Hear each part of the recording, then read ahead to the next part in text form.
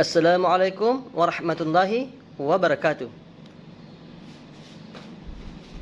Sebelum saya melanjutkan video pembelajaran ini, maka terlebih dahulu saya memperkenalkan diri. Nama saya Romansyah, berasal dari Pondok Pesantren DDI Taklasi, dan saya mengajar di Madrasah Tsanawiyah DDI Taklasi. Baiklah para santri dan santriwati yang soleh dan solehah, sebelum kita melanjutkan materi, maka terlebih dahulu kita berdoa kepada Allah Subhanahu wa taala. Semoga doa kita dijabah dan mendapatkan berkah. Bismillahirrahmanirrahim. Rabbis rahli sadri wa yassirli amri wahlul 'uqdatam min lisani yafqahu qawli. Rabbi zidni ilma warzuqni fahma. Amin ya Allah. Jadi kita langsung saja pada materi pertama bab 1. Kita akan membahas Al-Quran dan hadis pedoman hidupku. Yang pertama harus kita identifikasi adalah apa sih itu sebenarnya Al-Quran. Ayo, siapa yang tahu? Menurut Profesor Dr. Muhammad Quraish Shihab, MA, bahwa kata Al-Quran berasal dari kata qira'ah. Qira'ah itu artinya membaca. Dan kata dasarnya adalah Quran. Quran artinya bacaan. Nah, setelah itu perlu kita pahami secara istilah. Secara istilah bahwa Al-Quran itu para ulama memberikan pengertian bahwa Al-Quran adalah kalamullah. Kalamullah itu adalah perkataan Allah Subhanahu wa taala yang menjadi mukjizat yang diturunkan ke dalam hati Nabi Muhammad SAW, yang diriwayatkan kepada kita secara mutawatir dan membacanya dinilai sebagai ibadah. Jadi Al-Quran atau kalamullah, ketika kita membacanya, wahai para santri, itu satu-satunya bacaan yang diberikan keistimewaan khusus, yaitu berupa ibadah. Para santri dan santriwati yang dirahmati Allah Subhanahu wa taala, setelah kita mengidentifikasi, memahami apa sih itu Al-Quran, selanjutnya perlu kita mengenal nama-nama lain selain Al-Quran. Jadi masih ada nama lain Al-Quran, ada beberapa namanya. Namun pada materi ini saya akan mencoba membahas 3 saja. Yang pertama adalah Alkitab. Ya.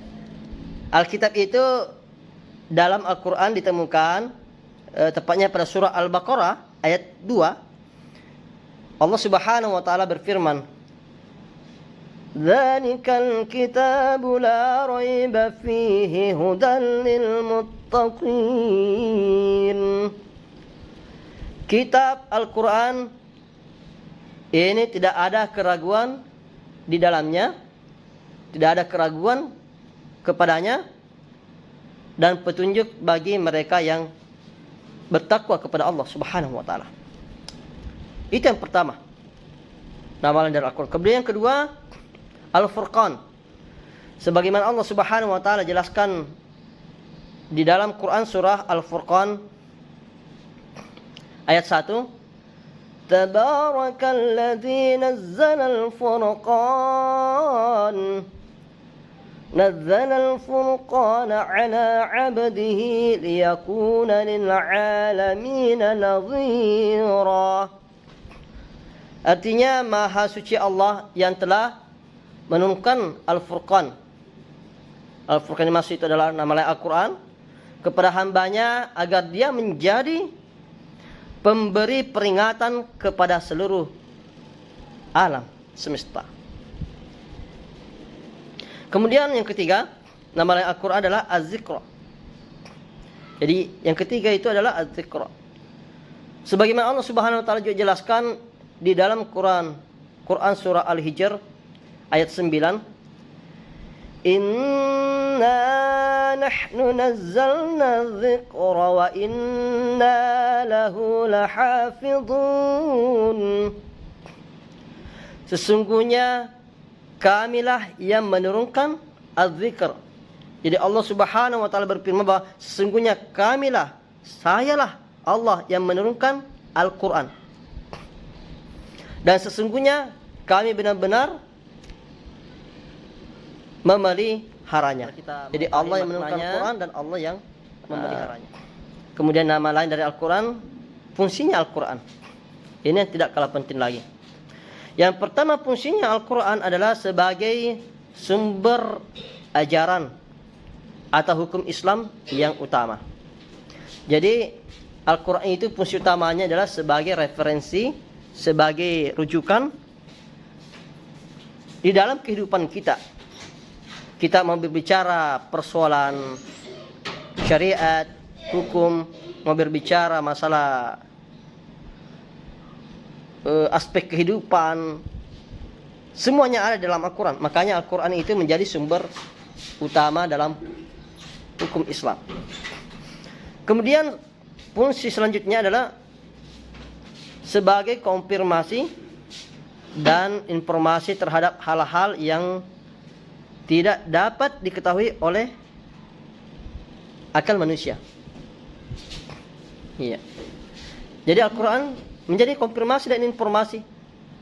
Artinya terkadang ada sesuatu hal yang tidak mampu diterima oleh akal kita, karena namanya akal itu terbatas, maka Al-Quran lah yang memberikan informasi.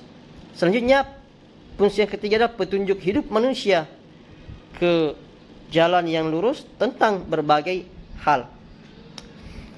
Jadi Al-Quran berfungsi sebagai petunjuk supaya kita selalu berada di dalam jalan yang lurus, tidak disesatkan dan tidak mudah tersesat. Kemudian fungsi yang keempat adalah sebagai pengontrol dan pengoreksi terhadap ajaran-ajaran masa lalu, seperti ajaran yang dibawakan oleh Injil, Az-Zabur, dan At-Taurat. Jadi dengannya Al-Quran itu menyempurnakan ajaran yang pernah dibawakan oleh beberapa kitab-kitab terdahulu, seperti itu tadi Injil, melangkah ke Zabur dan hadis. Hadis sebagai sumber hukum yang kedua dalam ajaran agama kita, yaitu agama Islam. Nah, yang pertama kita harus identifikasi apa sih itu hadis. Nah, secara bahasa, hadis artinya sesuatu yang baru, tidak lama, ucapan, pembicaraan, atau cerita.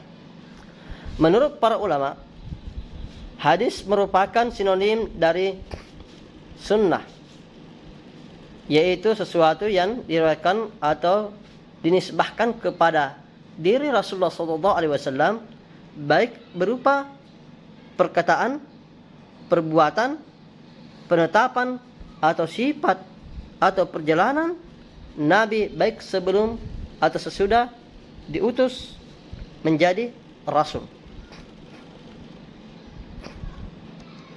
Kemudian kriteria hadis itu atau sunnah, kita coba bahas. Yang pertama adalah perkataan.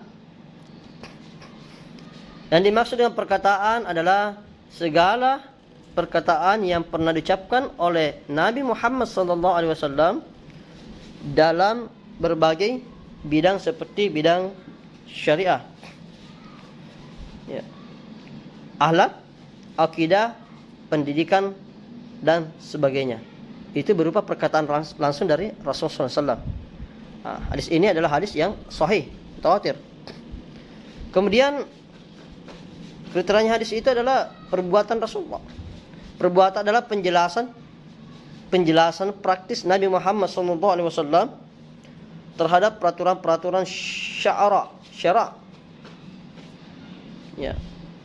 yang belum jelas teknis pelaksanaannya, seperti halnya jumlah rakaat, cara mengerjakan haji, cara berzakat, dan lain-lain.